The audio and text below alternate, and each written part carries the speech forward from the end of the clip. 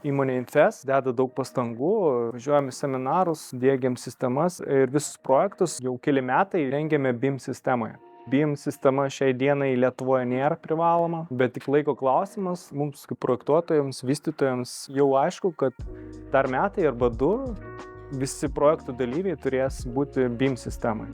Be to, BIM sistema yra puikia priemonė komunikavimui visiems projektų dalyviams. Tai pradedant užsakovu, idėjos autorium, architektai, inžinieriai, genrangovas ir vystytojas. Yra priemonė, kurioje visi mato tą patį modelį, tuos pačius brėžinius, komunikuoja, bendrauja ir sprendžia visus klausimus. Nuo projekto nulinės stadijos iki raktų, kitaip tariant. Naudojant BIM programas, taupame laiką ir pinigą. Kitaip tariant, taupame viso projekto kaštus. Tos klaidos paprastai statyba, kai nėra BIM projektas, tai yra labai brangios klaidos.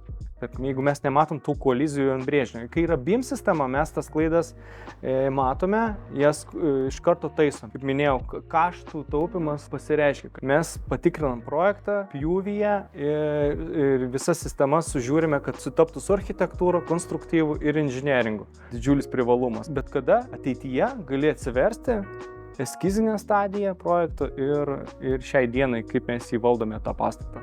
Optimizuojame energetinius kaštus, valdome visas inžinerinės sistemas ir taip toliau.